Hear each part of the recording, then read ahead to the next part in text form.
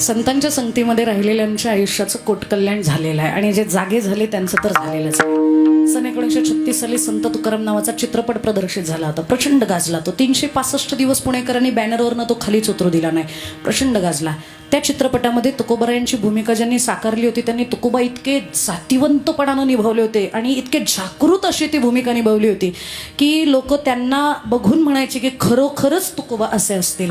आणि त्या विष्णुपंत पागनीस म्हणजे त्या कलाकारांचं नाव विष्णुपंत पागनीस. चित्रपट पूर्ण त्याचा गल्ला जमल्यावर विष्णुपंतांकडे निर्माते आणि दिग्दर्शक मानधन देण्यासाठी आले. असं त्यांच्या टेबलावर मानधन ठेवलं आणि हात जोडून सांगितलं, महाराज मानधन स्वीकारा. आता एका कलाकाराला महाराज म्हणायचं काही कारण आहे का? पण कारणही तसं होतं. चित्रपटाचं चित्रीकरण चालू असताना शूटिंग चालू असताना जो पोशाख विष्णुपंतांनी तुकोबारायांच्या अंगावर चढवला ना तो मरेपर्यंत उतरवला नाही. आणि का उतरवला नाही त्याला सुद्धा घटना कारणीभूत आहे. चहा प्यायचा होता त्यांना आणि शूटिंग चालू आहे. तो सगळा पोशाख काढा, ते धोतर वितर लावायला 15 मिनिटं लागायचे. आता बरं आहे बारकऱ्यांचं डायरेक्ट ती नाडी महाराष्ट्रात नाडी वापरली पण ते 15 मिनिटं धोतर लावायला, मग ती बाराबंदी आणि मग त्याच्यावर ते पागोट, मग तो टाळ चिपळा एवढं सगळं काढूसपर्यंत तो सगळा गंध वगैरे विस्कटणार. तर ॲज इट इज गेलो तर काय फरक पडणार आहे. पण ॲज इट इजच ते गेले चहा पिण्यासाठी पेठेत आणि 2 निष्ठावान वारकऱ्यांनी त्या पोशाखात त्यांना बघितलं. तो चिपळ्यांचा नाद आणि त्या विण्यांची तार झनकार ऐकल्यानंतर त्या निष्ठावान वारकऱ्यांना वाटलं हे तुकोबाच. म्हणून ते आले ना त्यांच्या पटकन पाया पडले. आता निष्ठावान पाया पडतायत म्हटल्यावर बाकीच्यांना पाया पडणंच होतं. लगेच 5-25 जण गोळा झाले आणि त्यांच्या पटापटा पाया पडायला लागले. अगदी चरणावर डोकं ठेवून नतमस्तक झाले. विष्णुपंतांच्या डोळ्यात अश्रुधरा चालू झाल्या आणि हातातला चहाचा कप थरथर थरथर कापत होता. चहा देणाऱ्या मुलानं विचारलं, बाबा चहा पोळला काय? बाबा म्हणले, अरे पिलोच नाही, पोळेल कसा? अहो मग तुमच्या डोळ्यात पाणी काय? त्यावेळेला त्या मुलाला विष्णुपंतांनी उत्तर दिलं, 40 वर्ष झालं आर्टिस्ट म्हणून जगलो आहे, पण साधा प्रेमानं कधी कोणी मला रामकृष्ण हरी रामराम कधीच केला नाही. पण तुकोबांचा पोशाख काय अंगावरती चढवला. आज 25 जणांनी माझ्या चरणाला स्पर्श केला.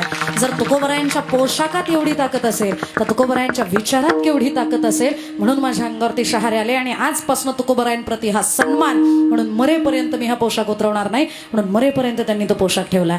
आणि मग काही लोक आदरानं, काही लोक टिंगल टवाळीनं त्यांना महाराज म्हणायला लागले. संप्रदायातल्या लोकांना बराच त्रास आहे. महाराज म्हणतात ते पण प्रेमानं म्हणत नाहीत आम्हाला.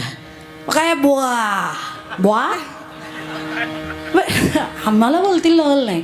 सपविद्यालयात मामासाहेब दांडेकर फिलॉसॉफी शिकवायला जायचे, तत्वज्ञान शिकवायला जायचे. मामासाहेब आले की बॅक बेंचर्स म्हणायचे, बोला पुंडली कबर दे. असेच मावशी तुम्ही म्हटलं ना असेच म्हणायचे.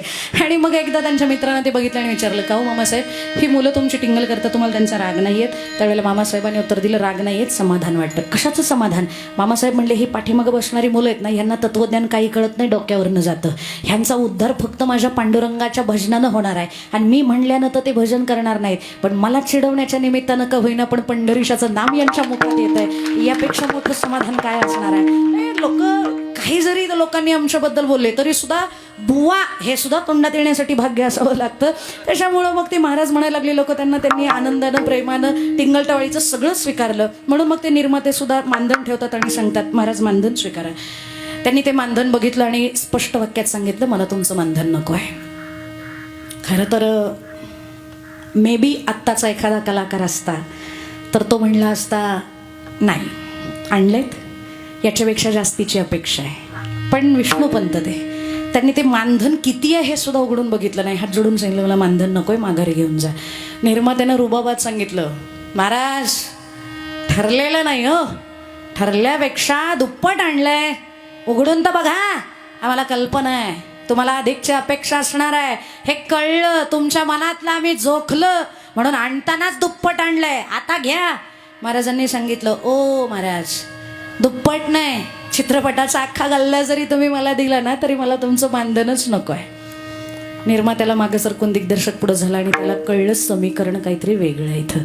पाया पडला आणि विचारलं, महाराज काही चुकत असेल तर सांगा, पण मानधनच स्वीकारणार नाही हा काही पवित्रा योग्य नाही, का मानधन नको आहे?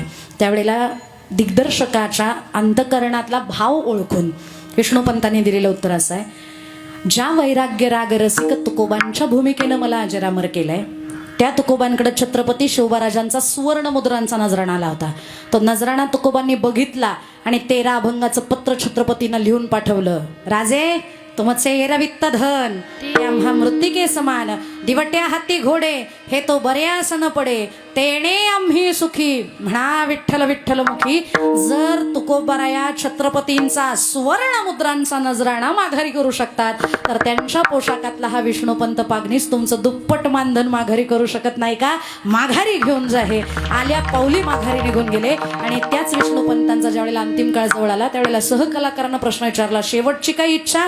त्यावेळेला विष्णुपंतांचं उत्तर आहे, मी मेल्यावर 4000 नाही जमले तरी चालतील, पण 4 निष्ठावान टाळकरी आणि वारकरी बोलवा आणि टाळांच्या गजरातच माझा अंत्यविधी होऊ द्या. जर असं झालं तर मी आनंदानं म्हणेन, शेवट तो भला माझा बहु गोड झाला, आता निश्चिंतेने पावलो विसावा.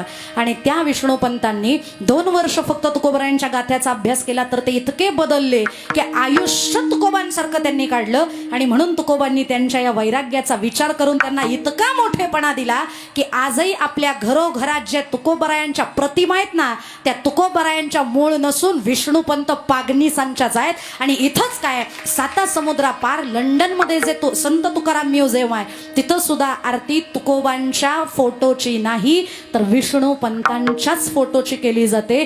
तुकोबा जर विष्णुपंतांना 2 वर्षाच्या सहवासानं इतकं मोठं करत असतील, आपण जर आयुष्य त्यांच्या चरणावरती वाहिलं, का तुकोबा आपल्याला मोठे करणार नाहीत सांगा? पण त्यासाठी तुकोबांच्या संगतीत गेलं पाहिजे.